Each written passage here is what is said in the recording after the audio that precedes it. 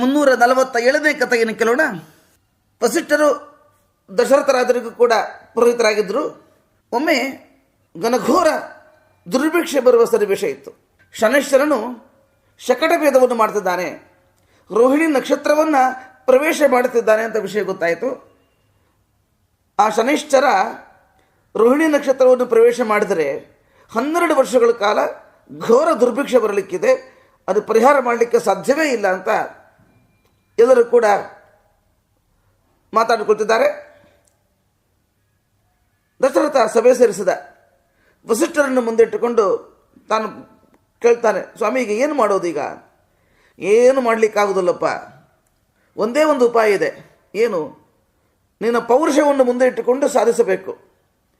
ಶನೈಶ್ವರನ ಹತ್ರ ನೀನು ಯುದ್ಧಕ್ಕೆ ಹೋಗಬೇಕು. ಈಗ ಆ ಸಂದರ್ಭದಲ್ಲಿ ಯುದ್ಧದಿಂದ ಅವನು ಸಂತೋಷಗೊಳಿಸಬೇಕು. ಆ ಪೌರುಷವನ್ನು ನೋಡಿ ಶನೈಶ್ವರ ಮೆಚ್ಚಿ ಏನಾದರೂ ಮಾಡಬೇಕಷ್ಟೇ, ಇದರ ಬೇರೆ ಏನೂ ದಾರಿ ಇಲ್ಲ. ತಕ್ಷಣ ದಶರಥ ರಥದಲ್ಲಿ ಕೂತುಕೊಂಡು ಸೀದಾ ಆಕಾಶಕ್ಕೆ ಹಾರಿದ.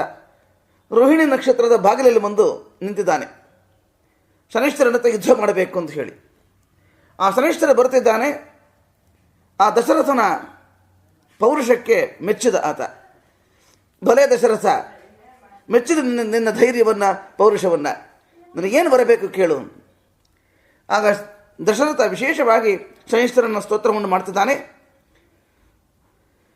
ಅವಾಗ ಹೇಳಿದ, ನನ್ನ ಪ್ರಜೆಗಳಿಗೆ ಹಿತ ಉಂಟು ಮಾಡಬೇಕು ನೀನು, ರೋಹಿಣಿ ನಕ್ಷತ್ರವನ್ನು ಪ್ರವೇಶ ಮಾಡಬಾರದು, ಶಕಟ ಭೇದವನ್ನು ಮಾಡಬಾರದು ಅಂತ ಕೇಳ್ಕೊಳ್ತಾನೆ.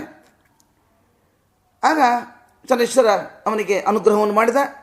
ನಾನು ರೋಹಿಣಿ ನಕ್ಷತ್ರ ಪ್ರವೇಶ ಮಾಡುವುದಿಲ್ಲ, ಹಾಗೆ ಪ್ರದಕ್ಷಿಣಾಕಾರವಾಗಿ ಹೋಗ್ತೇನೆ, ನನ್ನ ಪ್ರಜೆಗಳಿಗೆ ಯಾವುದೇ ರೀತಿಯಾಗಿರುವ ತೊಂದರೆ ಆಗದಂತೆ ನೋಡಿಕೊಳ್ತೇನೆ.